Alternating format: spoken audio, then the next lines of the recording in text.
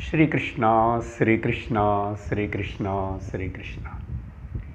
गुरुर्ब्रह्मा गुरुर्विष्णुः गुरुर्देवो महेश्वरः गुरुः साक्षात् परं ब्रह्म तस्मै श्री गुरवे नमः। तस्मै श्री गुरवे नमः। हरि ओम तत्सत्। श्रीमद् भगवद गीता 17வது அத்தியாயம் 17வது श्लोकम्। श्री भगवानुवाच श्रद्धया परया तप्तम् तपस्तत्त्रिविधं नरैः अफलाकाङ्क्षिभिर्युक्तैः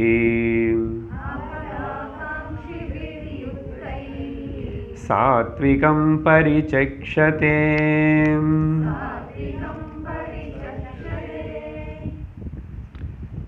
श्रद्धात्रय विभाग யோகம் அப்படின்னு சொல்லப்படுற இந்த அத்தியாயத்தில் மனுஷனுடைய ஸ்வபாவத்தினால அவனுடைய குணத்துக்கு தகுந்த மாதிரி அவன் மூணு விதமான மனிதர்கள் இருப்பாங்க, அப்படி பிரவர்த்திப்பாங்க அப்படின்னு சொல்லும்போது அதில் முதல் பகவானை ஆராதனை பண்ணுற பூஜா விஷயம் பற்றி சொல்லி குறிப்பாக அப்புறம் இந்த ஸ்ரத்தனேது ஆகாரத்தில் கூட சாப்பிட்ற பொருளில் கூட அவங்களுடைய உள்ள ஸ்வபாவத்துக்கு தகுந்த மாதிரி மூணாக பிரித்து சொல்லி அப்புறம் யக்னம் பற்றியும் 3 வகையாக சொல்லி அதுக்கு பிறகு தபஸ் பற்றி பேசிகிட்ருக்கிறார். அந்த தபஸ் பற்றி பேசும்போது பகவான் முதல் இது முக்கியமாக 3ஆக பிரிக்கலாம் குணத்துக்கு தகுந்த மாதிரி. ஆனால் அதுக்கு முன்னாடி பகவான் காயிக வாச்சிக மானசிக தபஸ்ன்னு 3 விஷயங்கள்னு சொன்னார். அது நம்ம விஸ்தாரமாக பார்த்தோம். அதுக்கு பிறகு இந்த 17வது ஸ்லோகத்தில் சாத்விக தபஸ் என்ன, அது பொதுவாக சாரீரிக தபஸ், வாச்சிக தபஸ், மானசிக தபஸ். இந்த சரீரத்தினால் எப்படி இருக்கணும், மனசினால் வாக்குனால் எப்படி இருக்கணும், அங்கே எல்லாமே பாசிட்டிவாக தான் சொல்லியிருக்காரு. இப்போது அது இருக்கா இல்லையா ஒருத்தனுக்குள்ளன்னா அது எங்கே வித்தியாசப்படுறதுன்னா குணத்தினால் வித்தியாசப்படுறது. இங்கே சாத்விக தபஸ் பற்றி கடந்த வாரம் பார்த்தது என்னன்னா ஸ்ரத்தையோடு பரையா ஸ்ரத்தையா ரொம்ப கமிட்மெண்ட்டோட ஈடுபாடோட நம்பிக்கையோட ரொம்ப வினயத்தோட அப்படி யார் தப்பம் பண்ணுறானோ அந்த தப்பம் இன்னொன்று அபலாகாங்ஷிபி எதுவுமே எதிர்பார்க்காம எதுவுமே ஆசிக்காம அவனை தப்பம் பண்ணுறான். அப்புறம் யுக்தைஹி அப்படின்னா அவனுடைய வாழ்க்கை ரொம்ப டிசிப்ளைன்டாக இருக்கு, மனசும் புலங்கள் எல்லாமே கூட கட்டுப்பாட்டில் இருக்கிறது. யுக்தைஹி. ஸோ 3 விஷயங்கள் முக்கியமாக சொன்னார். ஸ்ரத்தையோடு பண்ணுறது, எந்த ஆசையும் எதிர்பார்ப்பு இல்லாமல் செய்கிறது, அப்புறம் அவனோட வாழ்க்கையே ரொம்ப டிசிப்ளைன்டாக வெல் கைடடாக இருக்குது, மைண்டு சரீரம் வாக்கு எல்லாமே. அப்படின்னா மேலே சொன்ன முதல் அந்த 3 ஸ்லோகங்களில் சொன்ன மானசிக வாச்சிக சாரீரிகமான அந்த விஷயங்கள் எல்லாம் இவனுக்கிட்ட இருக்குன்னு அர்த்தம். அப்படி இருந்து யாராவது பண்ணுறான்னா அந்த நரைகி அந்த மனிதர்கள் அவன் அதுக்கு சாத்விக தபஸ்ஸனி தான் சொல்லப்படுறது. கன்சிடர் ஆஸ் அப்படின்னு பரிசேட்சதே. அதுக்கு பிறகு இன்றைக்கி நம்ம ராஜசிக தபஸை பற்றி பார்க்கணும். 18வது ஸ்லோகம். சத்காரமான பூஜார்த்தம்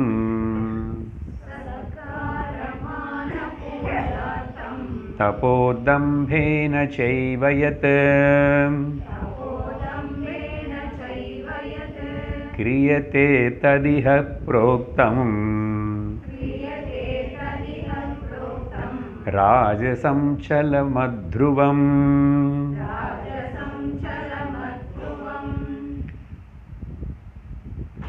இதோ இந்த மாதிரி ஒருவேளை மேலே சொன்ன மாதிரி இல்லாமல் அதுக்கு ஆப்போசிட்டாக இருந்த ராஜசிக குணம் இருக்கிறவனுடைய தபஸ் எப்படி இருக்கும் அப்படின்னு சொன்னால் இந்த மாதிரி இருக்கும். அதில் இங்கே கூட 3 விஷயங்கள் சொல்கிறார் பகவான். ஒன்று சத்கார மான பூஜார்த்தம், அதுலேயே 3 இருக்கு அந்த வார்த்தையில். சத்காரத்துக்காக அப்படின்னா எனக்கு பேர் வரும், என்னை எல்லாரும் சத்காரம் பண்ணுவாங்க, அப்புறம் எனக்கு பிரதிஷ்டை உருவாகும் அப்படின்னு சொல்லிட்டு அதெல்லாம் ஆசிச்சு. அங்கே என்ன ஆசிக்கலை, ஆனால் இங்கே ஆப்போசிட்டு எல்லாம் ஆசிக்கிறேன். என்ன ஆசிக்கிறான்னு உதாரணத்துக்கு சிலது சொல்கிறார் பகவானும். முதல்ல சத்காரம், நான் தபஸ் பண்ணேன், அப்புறம் எல்லாரும் கூட மான அப்படின்னு சொன்னால் பேர் பிரதிஷ்டை வர்றது, எனக்கு பேர் வரும். ரொம்ப தபஸ்வி, ரொம்ப பண்ணுறார், அவர் மகாத்மா பெரியவர் அப்படியெல்லாம் சொல்லுவாங்க. அதுக்கப்புறம் என்ன பண்ணுவாங்க, மானன்னு எனக்கு கௌரவிப்பாங்க. ஓகே, எனக்கு பேர் மரியாதை செலுத்துவாங்க. என்கிட்ட வந்தப்போ இல்லை என்னை பற்றி யார்கிட்ட அவர் சொல்லும் போதும். அப்புறம் எனக்கு சத்காரமும் பண்ணுவாங்க. ஓகே, கூப்பிட்டுட்டு ஷால் கொடுப்பாங்க, பூ மாலை போடுவாங்க, அதெல்லாம் பண்ணுவாங்க. அப்புறம் எனக்கு காணிக்கை கொடுப்பாங்க, தட்சிணை கொடுப்பாங்க. அப்புறம் பூஜார்த்தம். அப்புறம் அது மட்டுமா இவ்வளவு கௌரவம் என் மேலே ஆதரவு இதெல்லாம் இருக்கிறதுனால அவங்க என்ன எனக்கு பாத பூஜை செய்வாங்கோ, என்னை பாதங்களுக்கு நமஸ்காரம் பண்ணுவாங்க, அப்புறம் பூ மாலைகள் போடுவாங்க, எல்லாம் பண்ணுவாங்க, கை தட்டுவாங்க, எல்லாம் செய்வாங்க. அப்படின்னா ஒரு பொலிட்டிஷியன் அவன் இப்படி தான் பண்ணுறான். ஆனால் பக்தி ஆத்தியாத்ம மார்க்கத்தில் இருந்து தபஸ் மூலமாக இதெல்லாம் எதிர்பார்க்குறான்னு சொன்னால் ராஜசிக தபஸ், அது ராஜசிக தபஸ். அப்புறம் இது எல்லாத்தையும் சேர்த்து பகவானும் பொதுவாக சொல்கிற ஒரு வார்த்தை இருக்கு ராஜசிகனுக்கு. தம்பேன, தம்பம் கர்வம், இல்லைன்னா நட்டிக்கிறது, ஷோ ஆஃப். இது எத்தனை வாட்டி வந்துச்சு இப்போ ஸ்ரத்தாத்திரயத்தில் வந்துட்டுருக்குது. அதே சாரி, அதுக்கு முன்னாடி தைவாசுர குணங்கள் அந்த 16ல் நின்றேன். நடிப்பான். அப்போதான் அந்த ஒரு செரிஷ்மா அது ஒரு அட்ராக்ஷன் இருக்கணும். இப்போ யாருன்னு சொல்கிறது, யார் உண்மையான சுவாமி, யார் நிஜமான ஞானின்னு கண்டுபிடிக்கிறது ரொம்ப கஷ்டமாக இருக்கு. என்ன இந்த மேக்கப்பு செட்டப் இதெல்லாம் நிறைய இருக்கும். உண்மையான தபஸுக்கு இந்த செட்டப்பில் மேக்கப்பில் தேவையில்லை. ராமகிருஷ்ணர் எப்படி இருக்காரு, ரமண மகர்ஷி எப்படி இருக்காரு, எத்தனையோ மகாத்மர்கள் அந்த மாதிரி தமிழ்நாட்டில் எத்தனையோ பேர் இருக்காங்க. எல்லாரும் எப்படி இருந்தாங்க, பிச்சைக்காரன் மாதிரி இருக்காங்க. அப்படிதான் அப்படின்னு அர்த்தம். அப்போ எல்லாரும் அப்படிதான் இருக்கணும்னு நினைக்கக்கூடாது. அர்த்தம் என்னன்னா, இப்போ எல்லாரும் ரமணர் மாதிரி கௌப்பீனம் கட்டிக்கிட்டு இருக்க முடியுமான்னா அப்படி எதிர்பார்க்கக்கூடாது. அதுக்கப்புறம் யாரும் இல்லை. ரமணர் அப்படி இருக்காருன்னு சொல்லிட்டு நம்ம அதை ஃபாலோ பண்ண முடியாது. கூட அந்த நிலை அது தானாக வரும்.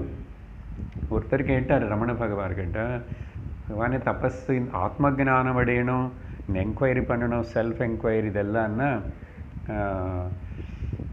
அப்புறம் குடும்பம் வீடு இதெல்லாமே இல்லாமல் இருந்தால் தானே பண்ண முடியும், எல்லாத்தையும் தியாகம் பண்ணணும், அப்படி முடியும்னு கேட்குறாரு. கேட்டால் எதுக்கு போய் இப்போ பொண்டாட்டி இருந்து என்ன ஆகிப்போச்சு, வீடு இருந்து என்ன ஆகிப்போச்சு அப்படின்னு சொன்னார். ரொம்ப கேஷுவல் சொன்னால். அவன் என்ன கேள்வி கேட்டார்னா, அப்போ நீங்கள் வீடு விட்டுட்டு வந்துட்டீங்க, மதுரையில் இருந்து ஓடிங்கன்னாரு. அதுக்கு பகவான் என்ன பதில் சொன்னால், நான் யாருன்னு இப்படி கேட்டுட்டு வரல என்னாரு. உன்னை மாதிரி இப்படி கேட்டுட்டு வரல, அது நடந்த உனக்கும் நடக்கும். ஏன் வந்தான்னு எனக்கே தெரியாதன்னுவார். அந்த அருணாச்சலம் என்னை இழுத்தது.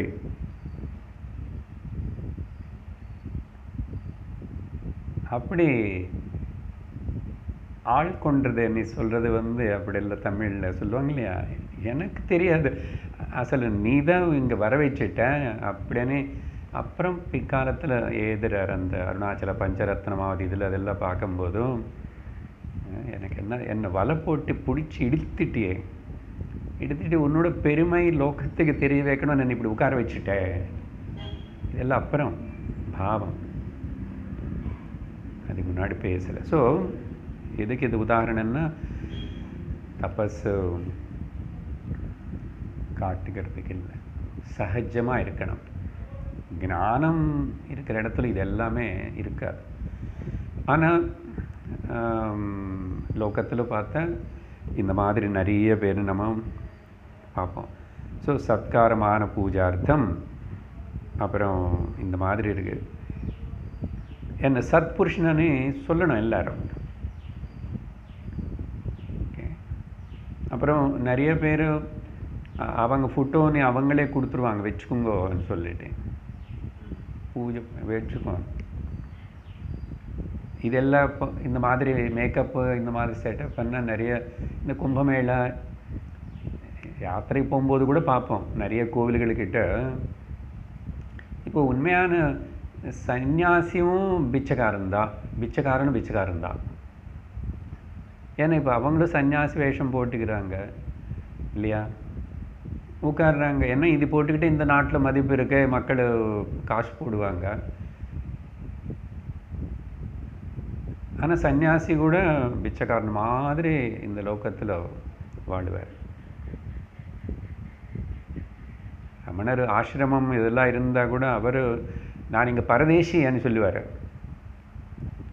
ஒரு வாட்டி யாரோ அதிகாரி ஆசிரம மேனேஜர் வெளியில் நிறைய பேருக்கு அன்னதானம் பண்ணுவாங்க முதல்ல இருந்து ரொம்ப நாளில்.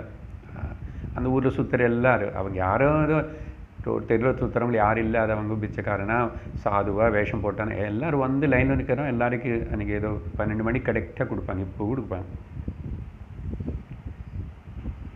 அப்போ ஏதோ அந்த காலத்தில் ஒருத்தர் சொன்னார், அந்த ஆசிரம அப்போ பிரசிடெண்ட் அதிகாரி, பரதேசிகளுக்கு இங்கே இடமில்லை அப்படி ஏதோ சொன்னார். அவன் இந்த பக்கம் வரக்கூடாது அப்படி ஏதோ சொன்னார். ரமணர் காதில் விழுந்துச்சு. அது விழுந்து இவரும் போய் அவங்கள கூட லைனில் நின்றுட்டார். அப்புறம் இப்போ பகவானே என்னவே நானும் பரதேசி தான், நீ அப்படி சொன்னா இல்லை. அவருக்கு அது ஆசிரம் இருக்கு, இங்கே இது நடக்கிறது, அது எதில் அசல் ஈடுபாடு இல்லை, சும்மா அங்கே இருக்கார். அவர் சுற்றி இது ஏதோ ஒரு லீலை நடக்கிறது, அவ்வளோதான். அது ஞான நிலை.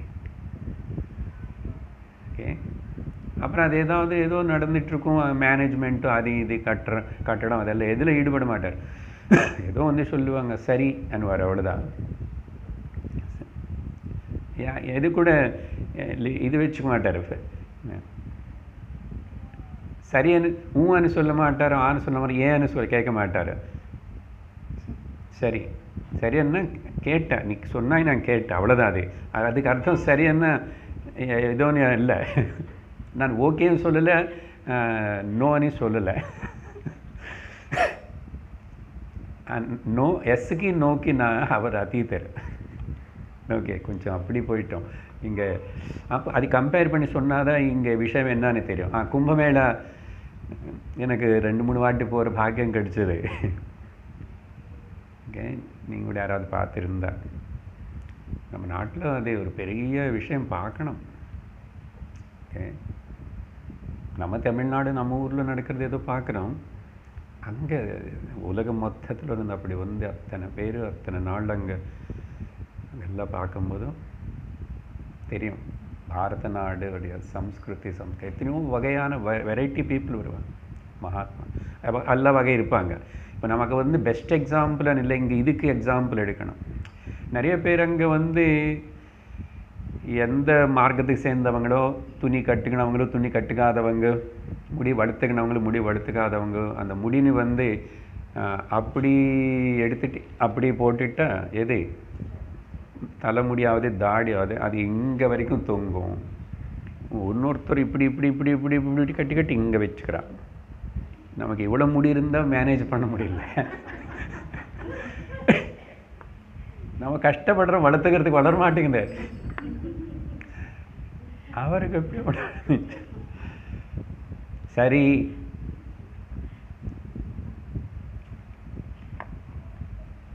அப்போது அதெல்லாம் பார்க்கும்போது அட்ராக்ஷன் மக்கள் இருப்பாங்க. அதுக்காகனே வந்து காசு கொடுக்குறதோ நமஸ்காரம் பண்ணுறதோ ஏதோ பண்ணுறது.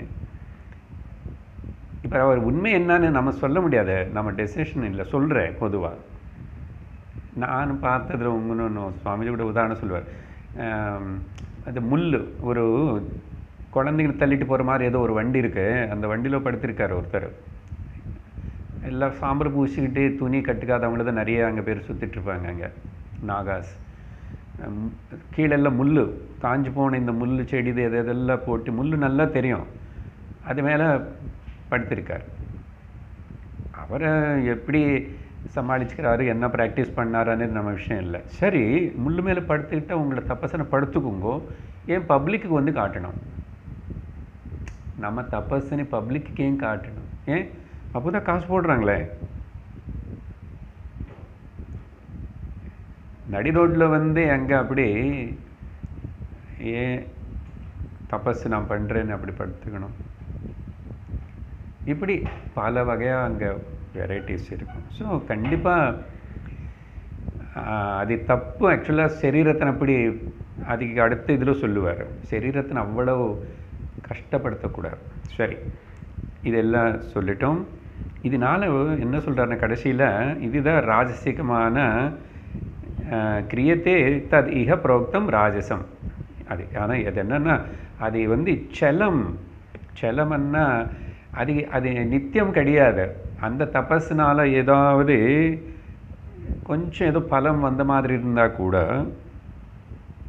அது வந்து அநேகமாக அது பலம் கொடுக்காது. ஏதாவது கொஞ்சம் பலம் கொடுத்தா கூட அது சாஸ்வதம் இல்லை, அது செஞ்சலமானது, அது ஒன்றும் பிரயோஜனப்படாது. ஆத்ம ஞானத்துக்கு மோட்சத்துக்கு பிரயோஜனப்படாது. அப்போ எதுக்கு அந்த தபஸ் எனக்கு? அதனால பகவான் சொல்கிறார், அது வந்து அத்ருவம்.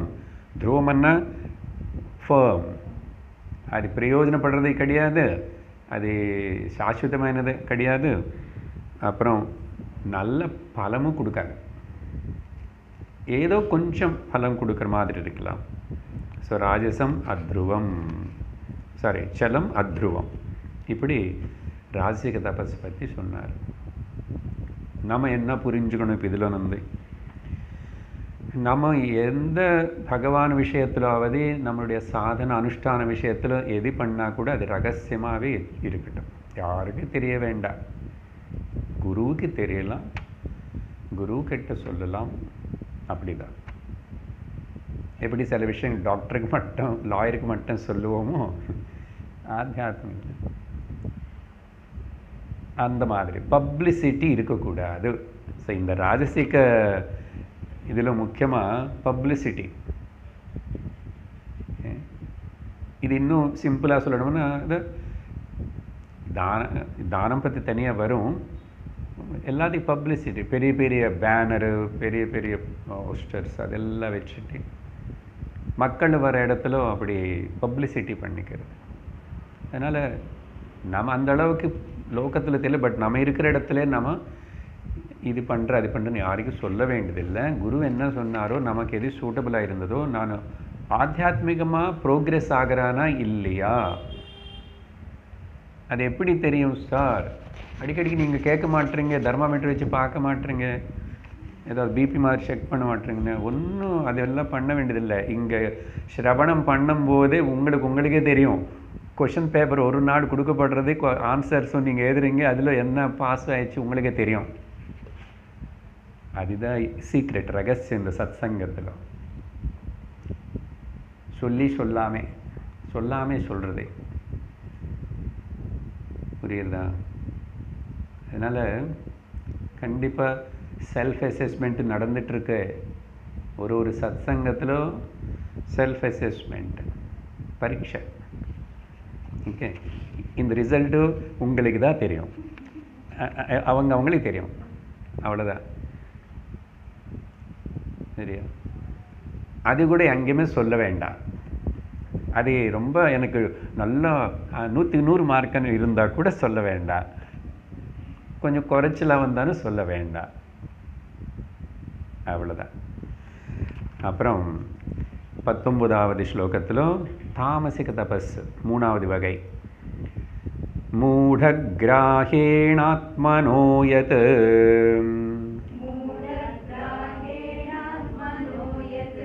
பீடயா க்ரியதே தபஹ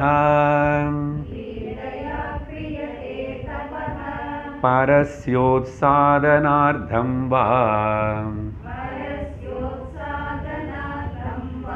தத்தாமசமுதாஹ்ருதம்.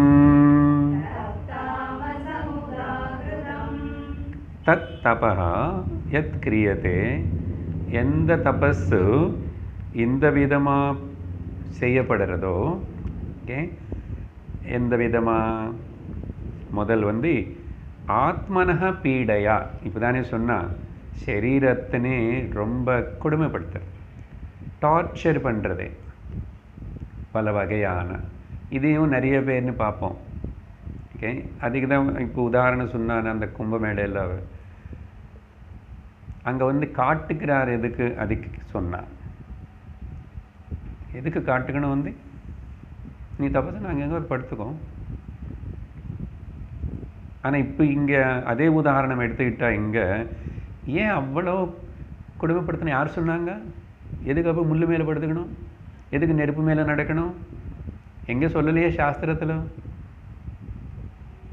ஆனால் எத்தனை பேர் என்னென்னமோ பண்ணுறாங்க பாருங்க. ஏன் நாக்கு மேலே சூலம் குத்துக்கிறேன்? யார் சொன்னாங்களோ என்னமோ. ஏன் அங்கே ஈரத்தினோடைய அந்த குருவாயூரப்பன் கோவில் சுற்றி அப்படி படுத்துக்கிட்டு புரண்டு பிரதட்சணம் பண்ணுறேன். கஷ்டம்தான் அது பண்ணுறாங்க.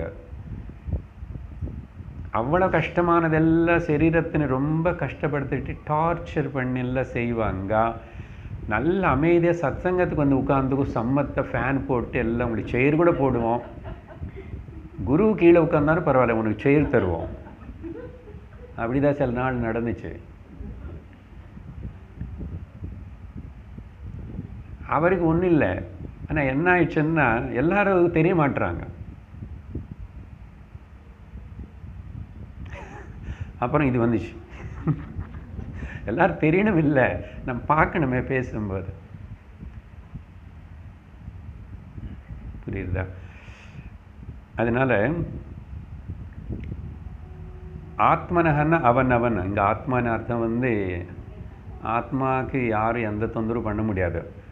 ஓகே, நைனம் சிந்தந்தி சஸ்திராணி நைனம் தஹதி பாவகஹ. ஆத்மானே அடிக்க முடியாது, கொலை பண்ண முடியாது, கட் பண்ண முடியாது, எரிக்க முடியாது, நனிக்க வைக்க முடியாது, காட்டில் ஆற வைக்க முடியாது. 2வது அத்தியாயத்தில் இங்கே ஆத்மனான சரீரத்தினை பீடையா, பீடன்னா டார்ச்சரிங், கஷ்டத்தினை கொடுக்குறது பாடி, இப்படி பண்ணுறான். ஸோ அதுக்கு இப்போ பல உதாரணங்கள் சொல்லிட்டேன்னு. அதனால் ரொம்ப ஃபாஸ்டிங் பண்ணுறது, அப்புறம் இந்த மாதிரி, அப்புறம் நடந்து போவேன், இப்படி போவேன், செருப்பு இல்லாமல் போவேன். ஓகே, அந்த செருப்பு இல்லாமல் போகிற சமயத்தில் எத்தனை நிமிஷம் மனசு கடவுளை நினச்சிக்கிட்டதே, எத்தனை நிமிஷம் காலில் அது குத்திச்சு இது குச்சித்து அப்புறம் வலிச்சதுன்னு சொல்லிட்டு கீழே பார்த்து அங்கே பார்த்து இது பண்ணுறேன்னு. கடவுள் மேலே எவ்வளோ நேரம் மனசு இருக்கும் நினச்சி பாருங்க. இருக்காது. சரீரத்தின் அந்த அளவுக்கு நீ கஷ்டப்படுத்திட்டா, அதனால தான் பகவான் சொன்ன கீதையில், ரொம்ப தூங்குறவனுக்கு ஞானம் கிடைக்காது, ரொம்ப தூங்காதவனுக்கும் ஞானம் கிடைக்காது, நிறைய சாப்பிட்றவனுக்கு கிடைக்காது, கொஞ்சம் சாப்பிடாமல் இருக்கிறவனுக்கு கிடைக்காது. இதெல்லாம் சொன்னார் 6வது அத்தியாயத்தில். அதனால யுக்தாஹார விஹாரஸ்ய யுக்த சேஷ்டஸ்ய கர்மசு பி மாடரேட், எக்ஸ்ட்ரீமுக்கு போகாத. பகவான் ஒன்றும் கேட்கலையே, ஆனால் நீ எதுக்கு பண்ணுற? நீ அசல் ராஜசிகலத்து கூட இல்லை, ரொம்ப கீழே இறங்கி வந்துட்ட, தாமசிகத்தில் வந்துட்ட. எதுவுமே இந்த மாதிரி தபஸ் பண்ணுறவங்க எல்லாரும் சும்மா தான் பண்ணுவாங்க. வேண்டுதல் என்ன வேண்டுதல்? அமெரிக்காவுக்கு விசா கிடைக்கணும் அப்படின்னு ஹைதராபாத்தில் சொன்ன நிறைய வாட்டி.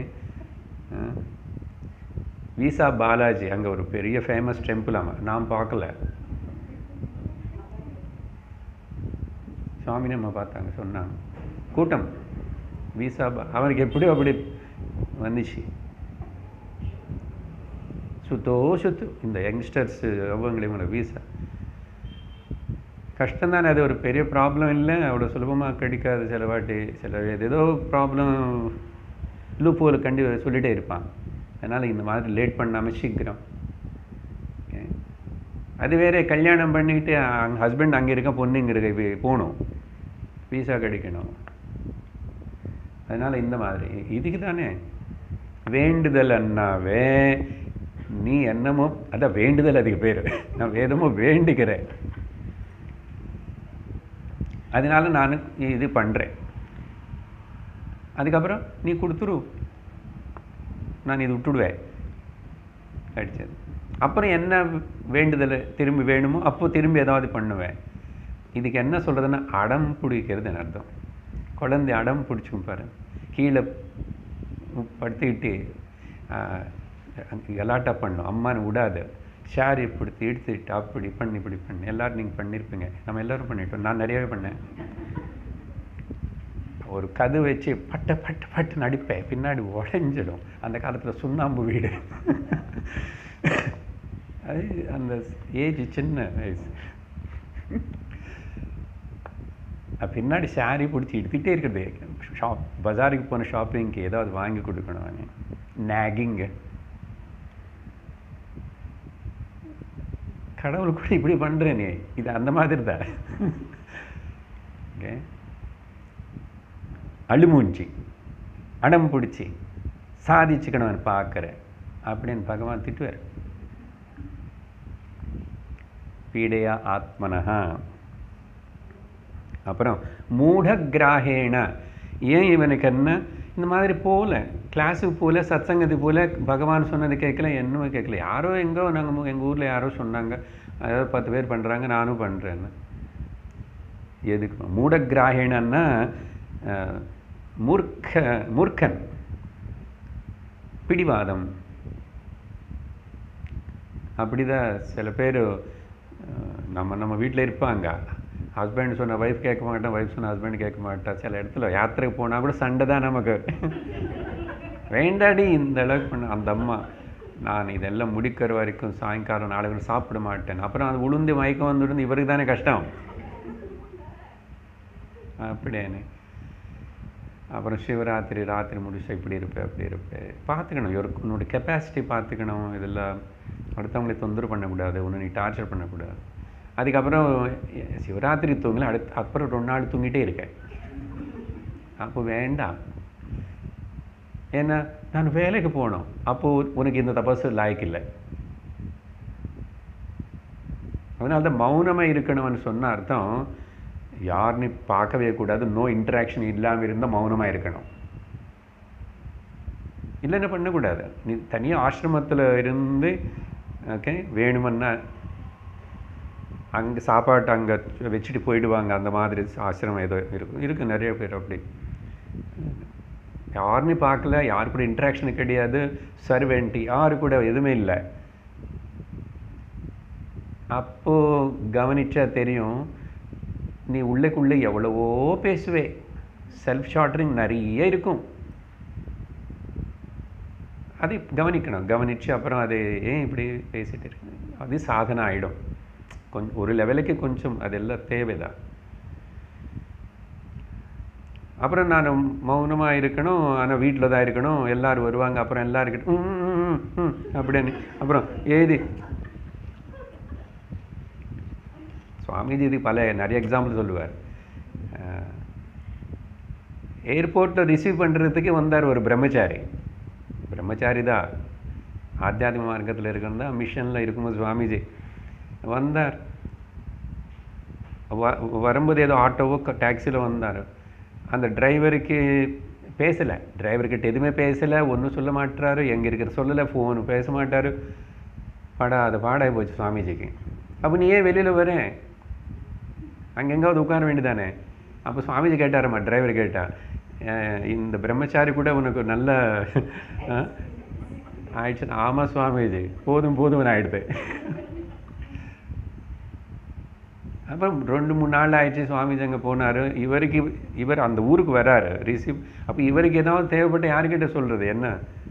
2 நாளுக்கு அப்புறம் பேசுகிறாரு, நான் மௌனமாக இருக்கேன் மௌனவிரதம் இருக்கும். இதெல்லாம் வச்சுக்கூடாது, ஏகாந்தமாக இருக்கணும்.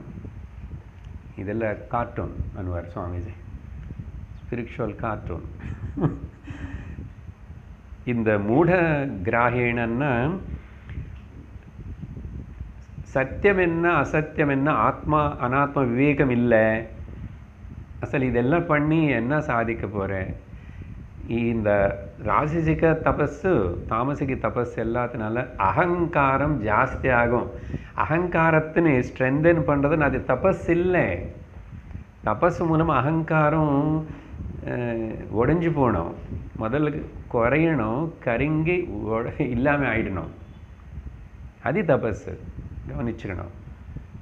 ஆனால் பொதுவாக அகங்காரம் ஜாஸ்தி ஆகும். அதனால தான் தபஸ்விகள் எல்லாருன்னு பார்த்தோம்னா கோபம் வரும், அகங்காரம் இருக்கும், கர்வம் இருக்கும். நான் இவ்வளோ சாதிச்சு அப்படி பண்ணேன் இப்படி பேசிகிட்டே போகிறோம். நிறைய எக்ஸாம்பிள்ஸ். ராமகிருஷ்ணனை பார்க்குறதுக்கு ஒரு யோகி தண்ணி மேலே நடந்து வந்தார். அந்த கங்கை கரையில் தானே தட்சிணேஸ்வரம் இருக்கும் அந்த காலத்தில்.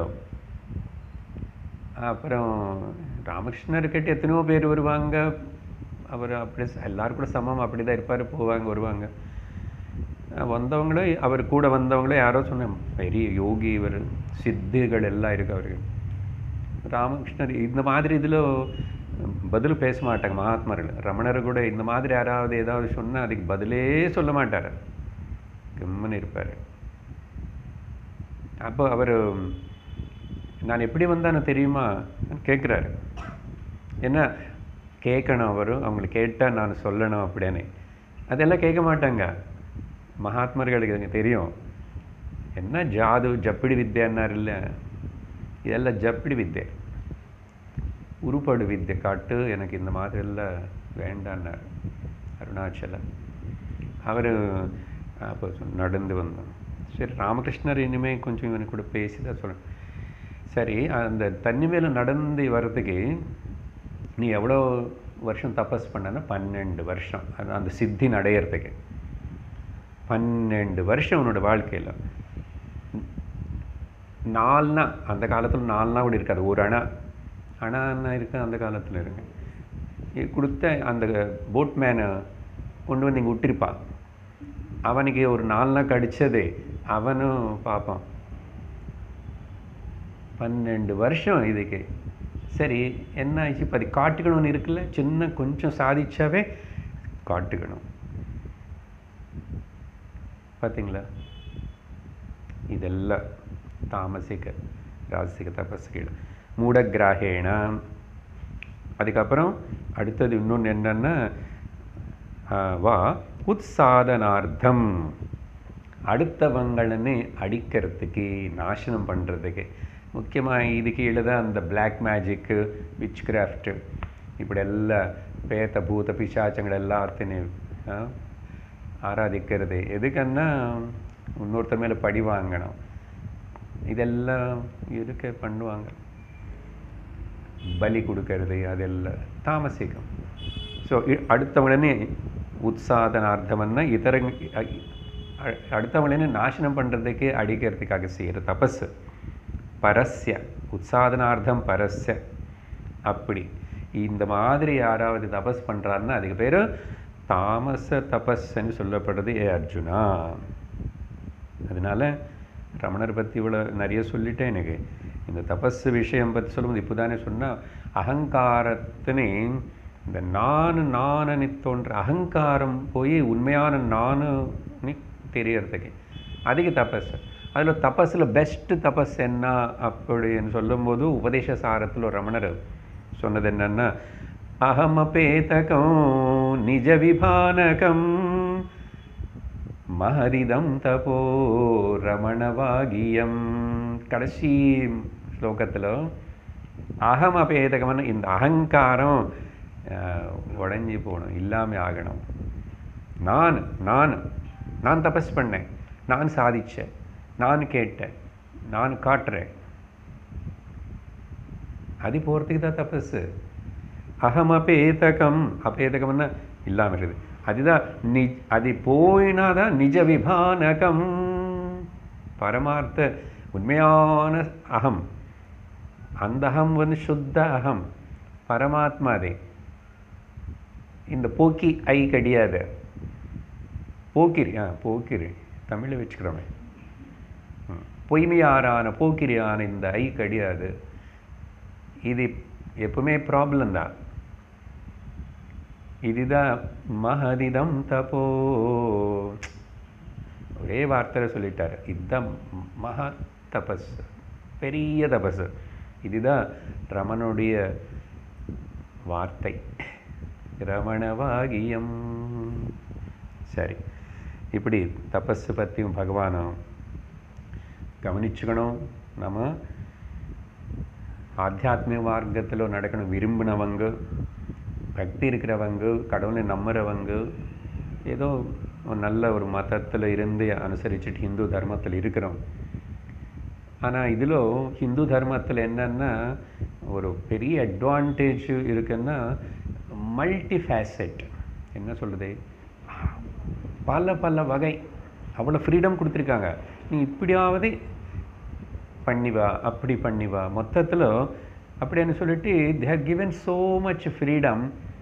நிறைய வெரைட்டிஸ் ஆஃப் ப்ராக்டிசஸ் எல்லாம் கொடுத்தாங்க, சாய்ஸ் கொடுத்தாங்க. அவங்க மற்றங்கள் மாதிரி இல்லை. இது தவிர, இந்த புஸ்தகம் தவிர, இந்த ஆள் தவிர நீ ஏதாவது சொன்ன கத்தி ஒட்டணும் அவட. இங்கே அப்படி எல்லாம் இல்லை, அவ்வளோ ஃப்ரீடம். இதனால என்ன ஆயிடுச்சுன்னா கன்ஃபியூஷன் வரதுக்கு வாய்ப்பு இருக்கா இல்லையோ? இவ்வளோ டைவர்சிட்டியில் யூனிட்டின்னு பார்க்கறதுக்கு கொஞ்சம் இங்கே மூலையில் இருக்க வேண்டியது இருக்கணும், இல்லைன்னா கஷ்டம். அதுக்கு குரு சாஸ்திரத்துடைய கைடன்ஸ் வேணும். சரியா? இந்த விஷயந்தான் கன்க்ளூஷனில் ஈஷாவாசோபனிஷத்தோட சம்மரியில் வந்தது. இப்போ பாகவதம் உத்தவகீதையில் கூட இந்த சிமிலர் விதி நிஷேதங்கள், எது நல்லது எது கிட்டது எப்படி தெரிஞ்சுக்கிறது, என்ன ரொம்ப எலாபரேட்டட் அனாலிசிஸ் நடந்து கொண்டு இருக்கிறது. ரொம்ப விஸ்தாரமான விவரணம்.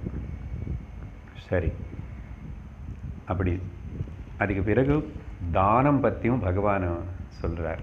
3 வகையான தானம். 20வது ஸ்லோகம். தாத்தவ்யமிதி யத்தானம் தீயதே தீயதேனுபகாரிணே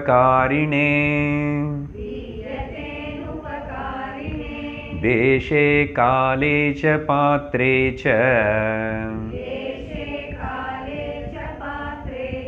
தத்தானம் சாத்விகம் ஸ்மிருதம்.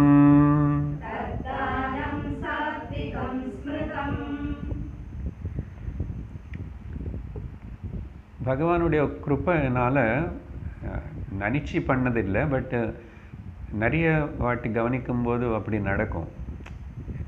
நானே தான் 5 இடத்துல 5 கிளாஸு ஆறு எடுக்கும்போது கூட அந்த சப்ஜெக்ட் எப்படியோ கனெக்ட் ஆகும். இது கோயின்சிடென்ட்டாக பகவானுடைய கிருப்பை அது. அதனால தான் நானும் ஞாபகப்படுத்துறது உத்தவகீதையில் எப்படி சொல்லப்பட்டது அப்படின்னா நீங்கள் சிலது அதெல்லாம் கூட கவனித்து கேட்டிருப்பீங்கன்னு நான் எதிர்பார்க்குறேன். ஒரு நாளைக்கு ஒரு சத்சங்கம் தானே கேட்க வேண்டியது தானே, கேட்கணும். அப்போது அதே ஒருத்தர் சொன்னதே சப்ஜெக்ட் வேறு இருந்து கேட்கும்போது என்னென்னா அந்த கனெக்டிவிட்டி ரொம்ப ஈஸியாக இருக்கும் உங்களுக்கு. அதனால தான் இதுதான் ஞானத்தில் ஸ்திரத்துவம் வரணும், கிளாரிட்டி வரணும்னு சொன்னால் இந்த மாதிரி ஒரு சிஸ்டமேட்டிக் லிசனிங் ஸ்டடி வேணும். This is a systematic spiritual education program. இது நிறைய இங்கிலீஷ் பதங்களே சொல்லிகிட்ருக்கேன், ஆனால் புரியும் எல்லாருக்கும். அதனால் முயற்சி பண்ணுங்க கேட்குறதுக்கு, கனெக்ட் பண்ணிக்கிறதுக்கு. ஏன்னா கொஞ்சம் இன்னும் விஷயம் வேறு வேறு மாதிரி சொல்லப்படுறது அதே. அப்போது கிளாரிட்டி வேணும். மொத்தத்தில் மனநமன்னு என்ன சொல்லுவோம், சந்தேகங்கள் போகணும். அந்த கிளாரிட்டி எப்படி வருமுன்னா தொடர்ந்து கேட்குறது, ஒரே குருக்கிட்ட இருந்து கேட்குறது. அவர் வேறு வேறு சப்ஜெக்ட் பேசினா கூட அது இம்பார்ட்டண்ட். ஓகே, தானம் பற்றி சொல்லும்போது முதல்ல சாத்விக தானம் பற்றி சொல்கிறாரு. 5 விஷயங்கள் சொல்கிறாரு. தத் தானம் எத் தீயத்தே இது, எந்த தானம் இந்த விதமாக கொடுக்கப்படுறதோ, இந்த தானம்னா தானம்தான், சாரிட்டி. ஓகே, எப்படிப்பட்ட தானம்? அது சாத்விகம்னு சொல்லப்படும். ஸ்மிருதம் சாத்விகம். எப்படி தானே ஒன்று நம்பர் 1 தாத்தவ்யம். அந்த கொடுக்குறவனை நினச்சிக்கணுமா, கொடுக்கறது అనేది என்னோட கடமை, நான் கொடுத்துதான் ஆகணும். தாத்தவ்யம்னா யூ ஷுட் கிவ்னு அர்த்தம். அது கமாண்ட்மெண்ட், அது potential move. You have to give. கர்த்தவியம், கர்த்தவியம்னு சொல்கிறோம் இல்லையா, தாத்தவ்யம். ஓகே, கொடுக்கறது என்னுடைய கர்த்தவியம். ஏன்னா இப்போது ரீசெண்டாக ஒரு ஷார்ட் கிளிப்பில் கட் பண்ணி போட்டு இருக்கு. ஓகே, இங்கே சொன்னதா கீதா கிளாஸ் தான் நினைக்கிறேன். ஓகே, யாராவது பார்த்தீங்களோ ஞாபகம். உலகத்துக்கிட்ட இருந்து எதுவுமே ஃப்ரீயாக வாங்கக்கூடாது. Don't take anything free from this world if you want really grow spiritually. இங்கே ஒரு 4 பேசினதை ஷார்ட் கிளிப்பை போட்டிருக்கோம். சரியா? அப்போது சரி, கொஞ்சம் வருஷம் தெரிஞ்சோ தெரியாமையோ அவசரத்துக்கோ நிறைய வாங்குகிறேன், ஆனால் கொஞ்சம் கொடுத்துட்ருக்கேன். அது கூட கொடுக்காமல் இருப்பான். இப்போ அதை சொல்லி கொடுக்குறத தானம் விஷயம். அதனால தான் நம்ம சம்பிரதாயத்திலோ சனாதன தர்மத்திலோ தானம் అనేది ரொம்ப ரொம்ப முக்கியம். பல வகையாக அது புண்ணியவர்தன்னு சொல்லோ, சித்தசுத்தி ஏற்படுன்னு சொல்லோ, ஸ்பிரிச்சுவல் அப்லிஃப்ட்மெண்ட்டுக்குன்னு சொல்லோ கொடுக்கணும். ஆனால் போக போக எப்படின்னா கொஞ்சம் வாங்கணும், நிறைய கொடுக்கணும், அப்படி மனஸ்தத்துவம் இருக்கணும். நிறைய கொடுக்கணும். அதுக்கு அப்படி ஏதாவது கரெக்டாக மெஷர்மெண்ட்டு மேத்தமேட்டிக்ஸ் எதுவும் வேண்டியதில்லை, நமக்கே தெரியும், அந்த ஃபீலிங் இருக்குது. அதனால் பெற்றோர்கிட்டேருந்து நம்ம எத்தனை செஞ்சுக்கிறோம், அவங்களுக்கு நிறைய பண்ணணும். குரு கிட்டேருந்து எவ்வளோ நம்ம தெரிஞ்சுக்கிறோம், நம்ம நிறைய கொடுக்கணும், அப்படி இருக்கணும். எல்லா விஷயத்தில் சமுதாயத்திலேருந்து, பஞ்ச மகாபூதங்கள்லேருந்து, பூதேவி கிட்டேருந்து, கவர்மெண்ட் கிட்டேருந்து. So I have to pay back. அது எதுக்குன்னா சித்தசுத்திக்காக, உன்னோட அகங்காரம் வளராமல் இருக்கிறதுக்காக. ஒருவேளை புண்ணியம், அதிருஷ்டமான புண்ணியம் வருதுன்னா அது உனக்கு சித்தசுத்தி கொடுக்கும். புண்ணியம் எதுக்குன்னா சித்தசுத்திக்கு உபயோகப்படும். அப்புறம் ஸோ முதல் விஷயம் தாத்தவ்யம். ரெண்டாவது அனுபகாரினே. தானம் யாருக்கு கொடுக்குறோமோ அவனும் திரும்பி பிரத்யுபகாரம் எனக்கு அப்புறம் அவனும் கொடுப்பான். அப்படி கொடுக்கறது தானம் கிடையாது. ஆக்சுவலாக திரும்பி கொடுக்க முடியாதவனுக்கு அப்படிப்பட்டவனுக்கு கொடு. அப்படின்னு அதுக்காக ஏழைன்னு தேடக்கூடாது. இங்கே ஒரு பாயிண்டில் அப்புறம் வரும் யாருக்கு கொடுக்கணும் ஆக்சுவலாக. மொத்தத்தில் அனுபகாரினே திரும்பி அவன் நமக்கு உபகாரம் பண்ணுவார். I help in my NEET, அவனை ஹெல்ப் பண்ணுவான். அதே அப்படி கிடையாது, எதிர்பார்க்கக்கூடாது. அப்புறம் அனுபகாரினே அது பார்க்காம செய்யறது அப்படி. அப்புறம் சரியான இடத்துல கொடுக்கணும். இங்கே அப்புறம் 3 சொல்கிறார். தேசே காலே தேசேச்ச காலேச்ச பாத்திரேச்ச, 3 விஷயங்கள். எந்த இடத்துல கொடுக்கணும், இடம் பற்றி. தேசே பொதுவாக சாஸ்திரத்தில் இது கொஞ்சம் மெட்டீரியலிஸ்டிக். இதுதான் கர்மஸ்காண்டுக்கு கீழே வருது தான் இந்த தானம். இது எல்லாமே கூட அப்போது இதெல்லாம் அப்ளை ஆகும். நல்ல இடத்துலன்னா புண்ணியக்ஷேத்திரத்தில் கொடுக்குற தானம் சிறந்தது அப்படின்னு சாஸ்திரம், தர்மசாஸ்திரம் எல்லாம் சொல்கிறது. காஷி நதி கரையில் அந்த தேசம் புண்ணியமான தேசமாக இருக்கணும். சரியா? பொதுவாக கோவிலுக்குள்ளேயோ கோவில் வெளியிலையோ புண்ணியக்ஷேத்திரத்துக்கிட்டேயோ நதிக்கரையிலையோ, அதனால தான் தீர்த்த யாத்திரைக்கு ஏன் போக சொன்னார்னா அங்கே தானம் பண்ணுறதுக்கு தான். குளிக்கிறதுக்கே தானம் பண்ணுறதுக்கு, சுற்றி பார்க்கறதுக்கு கூட புது இடம் இல்லையா சுற்றி பார்க்குறது. அப்புறம் அந்த புது இடத்துல போய் கொடுக்கும்போது அவனை நீங்கள் திரும்பி இன்னொரு வாட்டி பார்க்க முடியாது. கொடுத்தது அப்படியே மறந்து போக வேண்டியதுதான். நம்ம ஊரில் நம்ம தெரிஞ்சவனுக்கு கொடுத்த இவன் ஏதோ அப்புறம் எனக்கு திரும்ப ஏதோ ஒரு விதமாக ஹெல்ப் பண்ணுவான் இல்லையா? உங்கள் வீட்டு கல்யாணத்துக்கு நான் இது கொண்டு வந்தோம், எங்கள் வீட்டுக்கு வரும்போது நீங்கள் என்ன கொண்டு வந்தோம். சில பேர் எழுதி வச்சுக்குவாங்க, இதெல்லாம் தெரியுமா, எழுதி வச்சுக்குவாங்க. ஸோ தேசே புண்ணியக்ஷேத்திரங்கள்.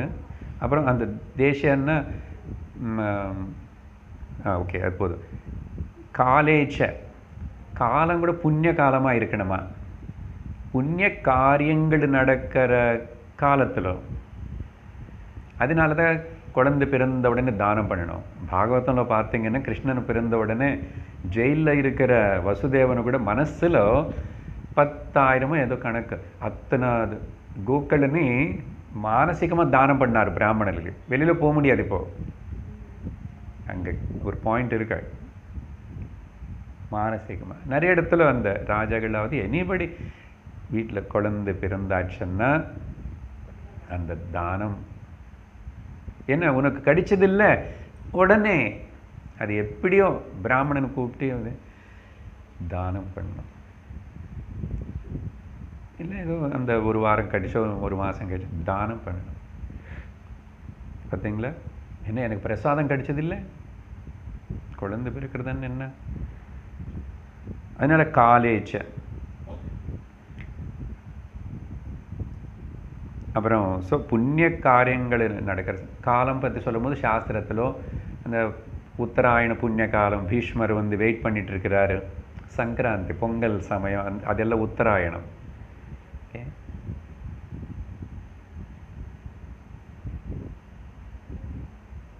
இப்போது உத்தராயணம் தான் நடந்துட்டுருக்கு, சங்கராந்தி இங்கே தட்சிணா நடந்துருக்கு. அப்போ வந்து முதலாகும் சங்கராந்தி கேட்டோம் இல்லையா? ஸோ அந்த மாதிரி புண்ணிய காலத்துக்காக எதிர்பார்த்துட்டு இருக்கிறாரு, உயிர் விடுறதுக்கு அவர். உத்தராயண புண்ணிய காலம்னு சொல்கிறார். ஸோ இந்த மாதிரி புண்ணிய காலம்னா அந்த புண்ணிய காரியங்கள் நடக்கிற இடத்துல ஓகே நம்ம பண்ணல, வேறு யாரோ புண்ணிய காரியம் பண்ணுறாங்க, ஒரு கோவில் விஷயமோ பண்ணுறாங்க, நமக்கு பெருசாக அதில் இல்லை. ஆனால் நம்ம வந்து அதுக்கு கொடுக்கணும், அதுக்கு தான் டொனேஷன்ஸு. ஸோ தேசம் காலம் இதெல்லாமே நம்ம கொடுக்குற அந்த மனுஷர்களுக்கு கொடுத்தாலும் சரி, இல்லைன்னா ஒரு சம்ஸ்தை. என்ன சம்ஸ்தைகள் வந்து நல்ல காரியம் செய்கிற சம்ஸ்தைகள் நல்ல விதமாக உபயோகப்படுத்துவாங்க, அதனால அவங்க அதிதாக ஈடுபட்டுருக்காங்க அப்படின்னு அவங்களுக்கு கொடுக்கணும். பொதுவாக வேத பாடசாலை, குருகுலம், ஆசிரமம், இல்லை இன்னும் ஏதாவது ஆர்ஃபனேஜ் இதெல்லாம் இருக்குல்ல, இது நல்லா இது பண்ணுறாங்க, ஹெல்ப் பண்ணுறாங்க அந்த மாதிரி இடத்துல. அப்புறம் பாத்திரேச்ச. பாத்திரன்னா யாருக்கு தகுதி இருக்கோ அவனுக்கு கொடுக்கணும் தானம். தகுதி இல்லாதவனுக்கு தானம் கொடுக்கக்கூடாது. அது எப்படி பார்க்குறதுன்னா இந்த காலத்தில் கொஞ்சம் கஷ்டம்தான். அப்படி கவனித்து பண்ணணும்னா கஷ்டம்தானே சார்.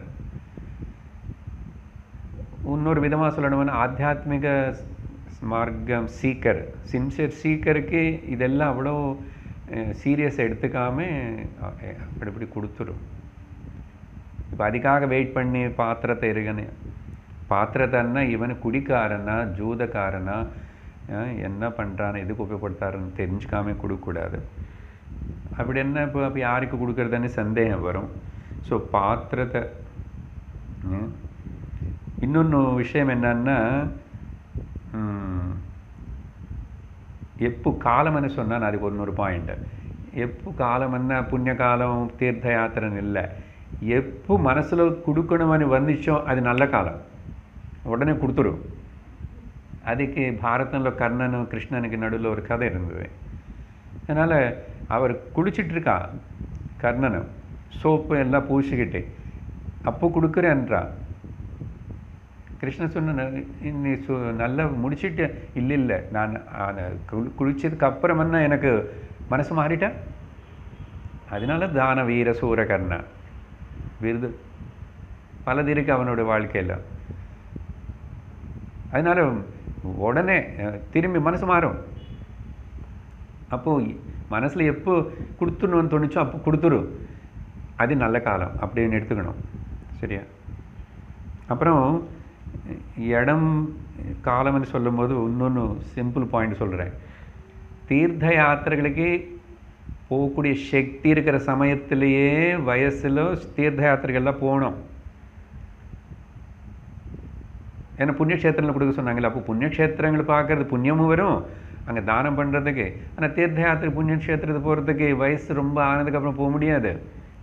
அப்போது தீர்த்த யாத்திரைகள் போகக்கூடிய சக்தி இருக்கிற நடி வயசில் இருக்கும்போதே இந்த தானம் அதில் நிறைய பண்ணிக்கணும். அப்புறம் அப்புறம் அப்புறம் அப்புறம் கொடுத்துடணும். இன்னும் கொஞ்சம் நிறைய வந்ததுக்கப்புறம் கொடுத்தணும் இல்லை, இருக்கிறதுல கொஞ்சம் கொடுத்தணும். அப்படி இருக்கணும். அதனால் அது தினந்தோறும் ஒரு ப்ராக்டிஸாக இருக்கணும். 15 days மந்த்லி அப்படி போஸ்ட்போன் பண்ணி எப்படியோ கொடுக்கக்கூடாது. அப்புறம் அப்படி என்ன தெரியாது எவ்வளோ நாள் இருக்கும், இந்த சரீரம் இருக்கும், உயிர் போகும் தெரியாது இல்லை. அதனால அதை அன்பு காட்டுறதாவது ஏதாவது இப்படி கொடுக்கறதாவது நல்லது செய்யணும், அடுத்தவங்க கொடுத்துடணும் అనేది அப்பப்போ பண்ணிகிட்டே இருக்கணும். அதனால தான் அன்பு நிறைய பேர் என்னென்னா மக்கள் இருக்கும்போதோ உறவுகள் இருக்கும்போது அவங்கள அன்பை பார்த்து அப்படி இல்லாமல் போனதுக்கப்புறம் நினச்சிக்குவாங்க இருக்கும்போதோ பார்க்கவே இல்லை, பேசவே இல்லை, சொல்லவே இல்லைன்னு பாருங்க. அப்போது அதனால் அப்புறம் ரிப்பெண்ட் ஆகக்கூடாது. நிறைய பேருக்கு அப்படி ஆகும். போனதுக்கப்புறம் என்ன அப்புறம் இருக்கும்போதெல்லாம் சண்டை அப்படி பண்ணி இப்படி பண்ணி ஒரு நல்ல நிம்மதியாக பேசுனது கிடையாது, ஆதரவாக பேசுனது கிடையாது, ஒரு என்கரேஜ் பண்ணது இல்லை. எப்போ பார்த்தா எனக்கு எனக்கு எனக்குன்னு சொல்லிட்டு அப்படி இருக்கக்கூடாது. ஸோ தேச கால பாத்திரே, இந்த பாத்திரத்தை பற்றி சொல்லும் போது ரொம்ப ட்ரெடிஷ்னலாக சங்கர் எழுதுறாரு. வேதவேத்தர்களுக்கு பிராமணர்களுக்கு துர்வியசனம் இல்லாதவனுக்கு துர்விநியோகம் செய்யாதவனுக்கு சரியா. அப்புறம் ரொம்ப அவசரத்தில் இருக்கான் அவனுக்கு, ரொம்ப பாப்போம் அவசரமாக இருக்கு, அப்படிப்பட்டவனுக்கு அப்படிப்பட்ட அவங்களுக்கு கொடுக்கணும்.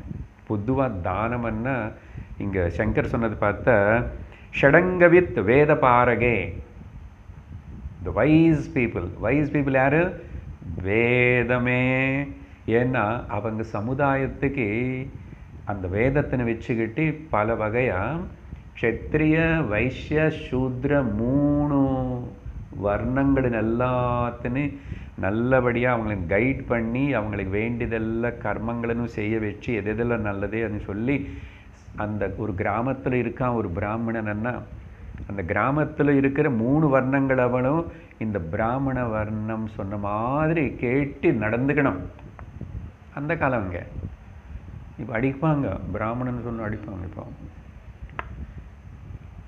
ஏன்னா அப்புறம் அப்படின்னு சொன்னால் பிராமணன் மட்டும் ஏன் சார் அவளை சிரிப்பேன்? பிராமணன் பிராமணனாமா ஒரு கீழே துண்டு மேலே துண்டோட வாழனமா? சிம்பிள் லிவிங் ஹை திங்கிங் இருக்கிறவன் பிராமணன். அவர் என்னன்னா நானும் இப்படி அவர் இதெல்லாம் தானம்.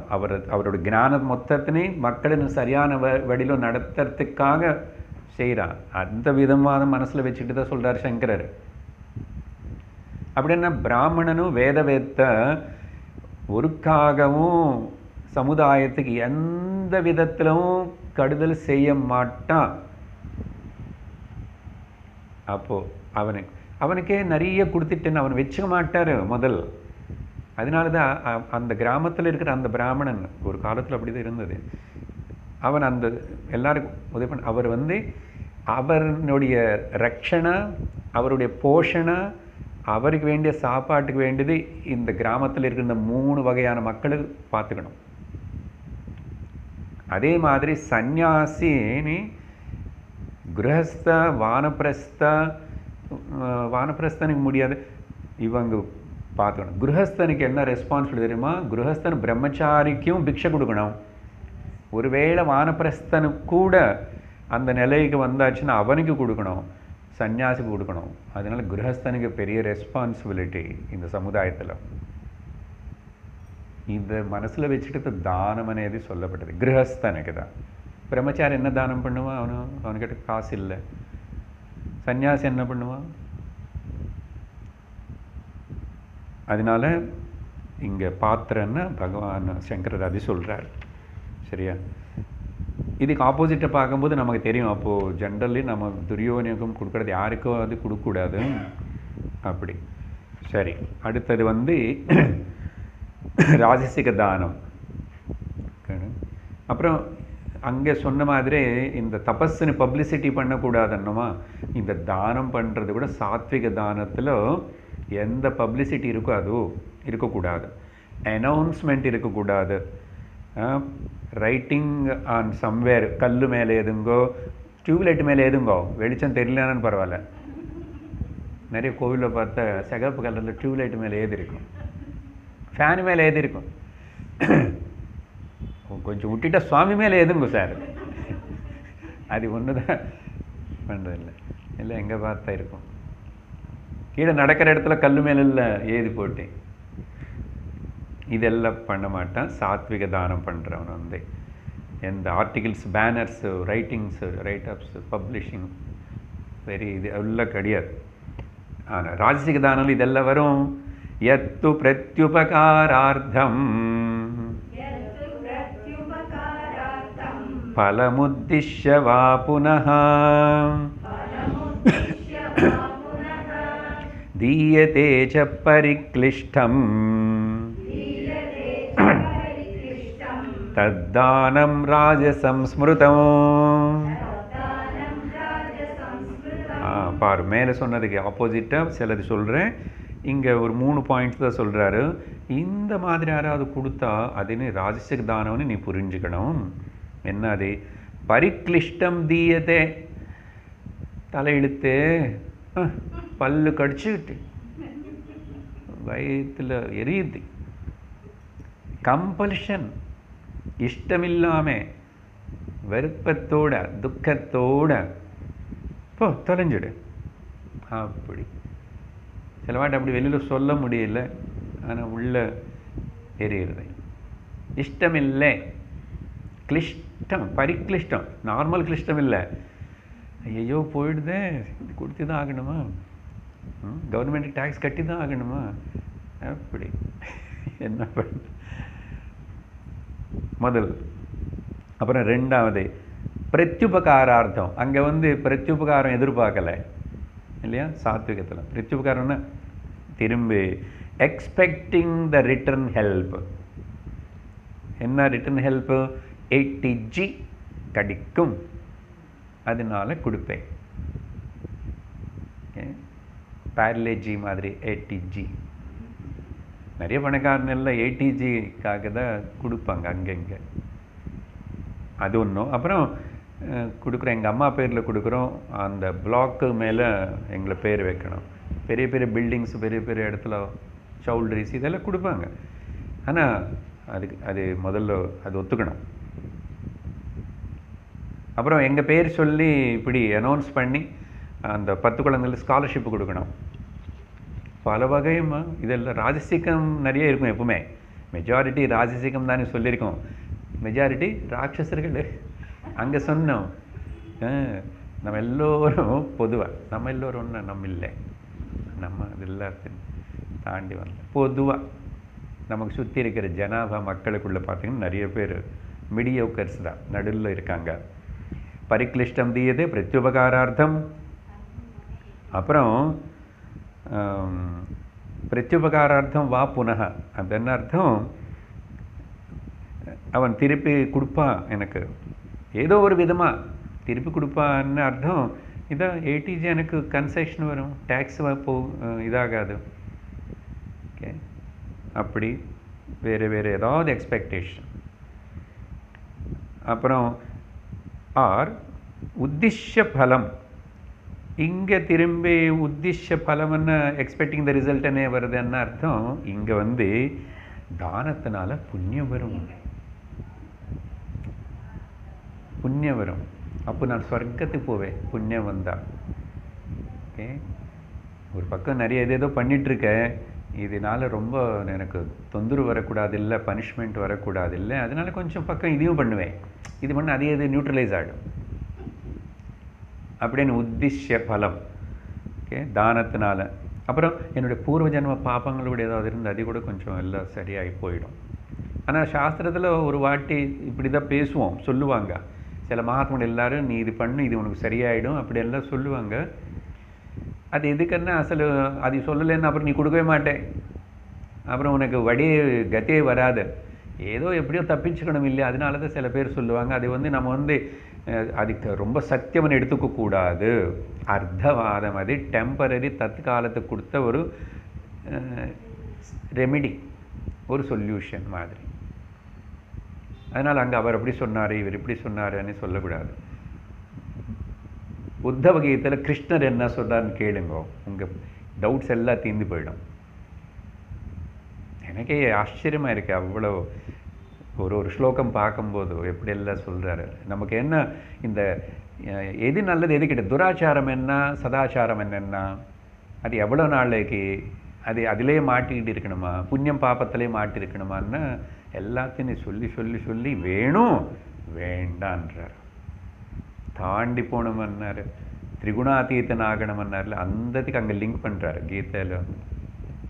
சரி, உத்திஷ்ய பலம் இப்படி 3 விஷயங்கள். இப்படி 6வது பண்ணால் இது ராஜசிக தானம்னு எடுத்துக்கணும். ஓகே, மேலே சொன்னதுக்கு எல்லாத்தையும் ஆப்போசிட் எடுத்துக்கணும். அட்வர்டைஸ்மெண்ட் வேணும், எனக்கு பேப்பரில் போடணும், ப்ரெஸ்காரனு கூப்பிடணும், எல்லாம் செய்யணும். அப்படி பப்ளிசிட்டி வரணும். 10 பேப்பரில் கம்மி வந்துச்சுன்னா அவ்வளோதான். அப்படி ஸோ இந்த மாதிரி ராஜசிக தானம். அப்புறம் அர்த்தம் என்னென்னா, otherwise it is a kind of investment. Doing the தானம் சில பேருக்கு, இந்த பணக்காரன் இவங்க எல்லாருக்கு ஒரு இன்வெஸ்ட்மெண்ட்டு. ஏதோ ஒரு விதமாக எனக்கு பேர் புகழ் வரும், புண்ணியம் வரும், பாபம் எல்லாம் செய்யணும், ஏதோ ஒன்று ஆகிடும். அப்போது திரும்பி பாபம் பண்ணிகிட்டே இருக்கலாம். இந்த மாதிரி இதெல்லாம் தப்பு. அப்புறம் தாமசிக தானம், அதேஷகாலே யத்தானம் அபாத்ரேभ्यश्च दीयते असत्कृतमवज्ञातं தத்தாமசமுதாஹ்ருதம். இங்கே 4 விஷயங்கள் சொல்கிறார் பகவான். இந்த 4 விதமான பாவத்தோட யாராவது கொடுக்குறாருன்னா அது சாத்விக தானம்னு தெரிஞ்சுக்கோ அர்ஜுனா. தத்தானம் எத்தீயதே என்னது, முன்னாடி சொன்னதுக்கு எல்லாம் ஆப்போசிட்டாக வரும். இது தாமசிகம். அதேஷே அகாலே அபாத்ரே, ஒரு டைமு நல்லது தெரியல, ஒரு இடம் நல்லதுன்னு தெரியல, அப்புறம் யாருக்கு கொடுக்கணும்னு தெரியல. இப்படி அப்படின்னா புண்ணியஸ்தலம் ஆகாத இடம் இல்லை, எப்படி சொல்கிறோம், அசுச்சியான இடம், மாம்ச பக்ஷணம் செய்கிற மக்கள் எல்லாம் வாழற இடம், ஜூதம் விளையாட்டு, கேம்பிளிங், டிவேச்சரிங், ட்ரிங்கிங், இந்த மாதிரி நடக்கிற இடத்துல கூட அந்த இடம் அந்த மாதிரி அட்மாஸ்ஃபியரில் புண்ணியஸ்தலம் இல்லை. அது எந்த விதத்தில் பார்த்தானு பெரிய புண்ணியஸ்தலம் இல்லைன்னா கூட அசல் ரொம்ப அசுச்சியானது, அசுப்ரமானது. அப்படிப்பட்ட இடத்துல கொடுக்கூடாது. அதே மாதிரி அகாலேன்னா அங்கே சொன்ன மாதிரி எந்த புண்ணிய காலமோ ஒரு புண்ணிய காரியமோ எதுவுமே இல்லை அகாலத்தில் கொடுக்கறது. அப்புறம் அகாலம் என்ன, அதான் சொன்னோம், அங்கே குழந்தை பிறம்போது சொன்னோம். அதனால தான் இறந்துக்கப்புறம் தானம் பண்ணுறாங்க இல்லையா, பல தானம் பண்ணணும், சந்தர்ப்பம் இருக்கணும், கல்யாண சமயத்தில் நிறைய கொடுக்கணும். அப்புறம் அபாத்திரேபிய ஸோ இவங்க மூர்க்கர்களுக்கு தர்மத்தினி கடவுள்னி எதிர்க்கிறவங்க அவங்களும் டொனேஷன் புத்தகம் எடுத்துகிட்டு வருவான். ஏன் கம்யூனிஸ்ட் வரலையா, எல்லோரும் வருவான், நாஸ்திகளும் வருவாங்க டொனேஷன். மூர்க்கர்களுக்கு, திருடர்களுக்கு, இந்த சீட்டு விளையாடுறவனுக்கு, குடிக்காரனுக்கு தானம் பண்ணக்கூடாது. இது சொன்னால் கொஞ்சம் கஷ்டமாக இருக்கும். பட் சுவாமிஜி வெரி ஃபேமிலி அப்படி இப்போ காரில் போகும்போது ரோட்டில் நடத்தி பிச்சை கேட்குறாங்க. மோஸ்ட் ஆஃப் தெம் எல்லாருக்கும் கெட்ட பழக்கங்கள் இருந்துதா, அது ஸ்திரீ ஆகட்டும் புருஷன் ஆகட்டும், அவங்க சரியான விதத்தில் சாப்பாட்டுக்கு மட்டும் உபயோகப்படுத்துவாங்கன்னு நினைக்கிறீங்க. அப்போ மாதிரி என்ன பண்ணுறது? ஆனால் மனசில் அது சுவாமிஜி என்ன சொல்கிறாரு, உனக்கு கொடுக்கணும்னு தோணிச்சா கொடுத்துரு, அவ்வளோதான், திங்க் பண்ணாத, இல்லைன்னா கொடுக்காது, பரவாயில்ல, சரியா? என்ன அவங்களுக்கு இப்படி நீ கொடுக்கறதுனால என்ன ஆகிடுதுன்னு அவங்க அந்த பழக்கம் தவிர அவனுக்கு ஒரு வழி தெரியாது. ஒரு போகணும் ஏதாவது வழி இருக்க வேலை தரேன்னா கூட போக மாட்டாங்க அவங்க. ஏன்னா சில பேர் நிறையவே சம்பாதிச்சிட்டாங்க அதில். அப்படி சில கேசஸ் எல்லாம் இருக்கு. அங்கே எங்கே சுவாமி சொல்லுவார், காசிலேயோ பரியில் ஒரு பிச்சைக்காரன், அவர் குழந்தைகள் எல்லாம் ஃபாரினில் இருக்குதாம்மா. அப்புறம் நிலம் எத்தனையோ அக்ரிகல்ச்சர் லேண்ட் போட்டு வச்சுருக்காரு. ஆனால் அந்த இடத்துல இருந்து பிச்சை எடுத்துகிட்டே இருப்பார். நான் இந்த இடம் காலி பண்ண மாட்டேன், ஏன்னா இதனால தான் எனக்கு நிறைய கிடைச்சிருந்தேன். அதனால தான் அந்தந்த கோவில் அந்தந்த இடத்துல சில பேர் எல்லாம் அவங்களுக்கு நடுவில் பரம்பரை அதே இடம், யாரும் தொடக்கூடாது, சண்டை வருவாங்க, அவங்களுக்கு அசோசியேஷனும் அப்படி எல்லாம் இருக்கு. ஓகே, அதனால் கெப்பாசிட்டிக்கு தகுந்த மாதிரி அவனை ஏதாவது வேலை பண்ணி நல்ல புத்தி, நல்ல குணம், நல்ல பழக்க வழக்கம் இருந்தால் யாரோ ஏதோ வேலை கொடுப்பான், வாழலாம். But they will take it as a granted. 10 ரூபாய் சேர்ந்த உடனே போய் குடிப்பான், பகல் கிடையாது, ராத்திரி கிடையாது, அப்படி எல்லாம் இருக்கும். நமக்கு சங்கடமாக இருக்கும். அதனால தான் நம்ம நாட்டுக்காக நல்ல இடங்கள் பண்ணுற இடத்துல கொடுத்தா போதும். இப்போ அங்கே கொடுக்கலையே ஐயோன்னு பரிதாபப்பட்டு கொடுத்தா அது என்கரேஜ் பண்ண மாதிரி ஆகிடும். கோவில்கள் கொடுங்கோ, ஆனால் கோவில் எப்படி இருக்கணும், அவங்க எப்படி நடத்தணும், என்ன செய்யணும்னு அவங்களுக்கு நான் கிளாஸ் எடுக்கணும். யார் வருவா? நிறைய கோவிலில் போய் கேட்டேன் ஒரு காலத்தில், இப்படி ஏதாவது சொல்லிடு, யாரும் ஒத்துக்கலை, ஒருத்தரும் ஒத்துக்கலை. எங்கள் பார்ஷனுக்குள்ளேயே கஷ்டப்பட்டு அதுக்கப்புறம் ஏதோ ஒரு விதமாக அங்கே இப்போ நடக்கிறது. ஏன்னா பொதுவாக நடக்கிற இடத்துல அதை உடச்சி ஏதோ பண்ண போகிறாங்களான்னு. ஸோ அப்போது முதல்ல ஒத்துக்கலை. நான் முதல்ல கோவிலனே. இன்னொன்று சுவாமிஜி தயானந்த சுவாமி சொல்லுவார், நெவர், இங்கே சொல்லக்கூடாது, இந்த இடம் வேறு, கோவிலில் எப்பவுமே சத்சங்கம் நடத்தாதுன்றார். அதையும் வேதாந்த கிளாஸ். அதுக்கு 2-3 ரீசனும். எல்லாம் ஃப்ளோட்டிங் பாப்புலேஷனாக இருக்கும் தவிர உங்களை மாதிரி இப்போது 1 மணி நேரம் எழுந்திரிக்காமல் உட்காருவானா, மணி அடிக்காமல் இருப்பானா? அசல அது வேறு அந்த கோவில் அதிகாரிகளும் மேனேஜிங் ட்ரஸ்ட்டுக்கு எல்லாருக்கும் நம்ம இந்த சொல்லிக் கொடுக்குற ஆச்சாரியர் மீது மதிப்பு இருக்குமா என்ன? அவங்களுக்கு என்ன லாபம் கிடைக்குமானே பண்ணுவாங்க. பட் இந்த இடம் எக்ஸெப்ஷன். அதுக்கு we have to appreciate that. ரொம்ப கஷ்டம். ஏன்னு உங்களுக்கு தெரியாது. நான் போய் கேட்டேன். அப்படி எத்தனையோ இருக்கு நல்ல நல்ல கோயில்கள். அப்புறம் புரிஞ்சு போச்சு, வேண்டாம், நம்ம வீட்டிலே நடத்திக்கலாம், ஏதோ இடத்துல நடத்திக்கலாம், கிளப்பில் கூட நடத்தலாம். நாங்கள் நடத்துறது பார்சன் கிளப்பில் தான். சுவாமினி அம்மா சென்னையில் வந்து மயிலாப்பூர் கிளப்பில் நடத்துவாங்க. பரவாயில்ல, எங்கே நடத்திட்டேன்னு கொடுத்தானே அவனும். அப்படி ஆயிடுச்சு. அங்கெல்லாம் பே பண்ணி தெரியுமா கிளாஸ் நடத்துறது. சுவாமி நம்ம சிலது மந்த்லி பே பண்ணணும். சிட்டி இல்லையா, கொடுக்க மாட்டான், அவன் எதிர்பார்க்குறான். ஆனால் இடம் ஏதோ கொடுத்தானே. கோவிலில் சரி அப்படி கேட்க மாட்டான், ஆனால் கொடுக்க மாட்டான். அவங்க கதை என்னமோ அவங்க கதை. சரி, இது ஒரு கதை. ஆனால் இந்த கதையில் அந்த கதை சொல்ல வேண்டியதாகிடுச்சு. நமக்கு டைம் முடிஞ்சது.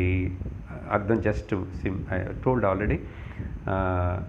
அபாத்திரே அசத்கிருதம். ஓகே, அசத்கிருத்தம்னா தேசம் பாத்திரத்தை இதெல்லாம் ஒரு வேளை இருந்தால் கூட கொடுக்கும்போது நல்ல ஒரு பிரியமான வார்த்தை சொல்லி கொடுக்கணும். அசத்கிருத்தம்னா எதுவுமே ஒரு நல்ல விதமாக பிரிய வச்சனம் சொல்லலை. அசல் தானம் பண்ணணும்னா அந்த தானம் கொடுக்குற மனுஷன் வந்து கௌரவப்படுத்தி உட்கார வச்சு, இன்னும் சொல்லணும்னா பாத பிரக்ஷாலனம் பண்ணணும். அப்படின்னா அது பிராமணனாக இருந்தது எல்லாரும் பாத பிரக்ஷாலனம் பண்ணுவான். பட் சங்கரர் எழுதுறாரு அது.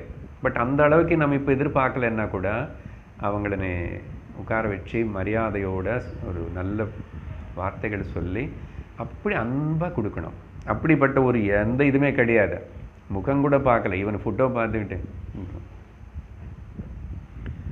ஸோ அப்படி இல்லை, எந்த விதமான ஒரு மரியாதையும் காட்டலை. அப்படி யாராவது பண்ணால். இன்னொன்று வந்து அவக்ஞாதமனே ஒன்னொரு வார்த்தை, நாலாவது என்னன்னா அவன் இன்சல்ட் பண்ணுறதுக்கே தானம் பண்ணுறது. அவக்ஞாதம்னா தானம் யார் வாங்குறானோ அவன் இன்சல்ட் பண்ணுறதுக்காகவே ஏதோ இதை பண்ணி அப்படி பேசி அப்படி கொடுக்க. இதெல்லாம் தமோ குணத்துடைய லட்சணங்கள். அவமானப்படுத்தோ கிஞ்சப்படுத்தோ நல்ல வார்த்தை எதுவுமே சொல்லாமல். அதனால் அந்த கொடுக்கறது கூட அப்படிப்பட்ட ஒரு எக்ஸ்பிரஷனோடு கொடுக்கணும். இதெல்லாம் இல்லாமல் இருந்து அது தாமசிக தானம். ஓகே, அதனால் என்னன்னா எப்படி என்ன மாதிரி கொடுக்கணும்னு இதெல்லாமே தர்மசாஸ்திரத்தில் தேர் இஸ் அ ப்ரோட்டோகால் என்ன தெரியுமில்ல, எல்லாம் டிசைன் பண்ணி இது இப்படின்னு சொல்லி சொல்லப்பட்டது. அது அனுசரிக்கணும். சரியா, இதோட நிறுத்துக்கிறோம். அடுத்தது பகவான் இது முடித்து வேறு இன்னொரு விஷயத்தின்னு பேசுவார். ஓகே, அது என்னது ரகசியம், சீக்ரெட். ஓம் பூர்ணமத பூர்ணமிதம் பூர்ணாத் பூர்ணமுதச்யதே பூர்ணஸ்ய பூர்ணமாதாய பூர்ணமேவாவசிஷ்யதே. ஓம் சாந்தி சாந்தி சாந்தி. ஹரி ஓம். ஸ்ரீ குருப்யோ நமः. ஹரி ஓம். ஹரி ஓம். தத்சத்.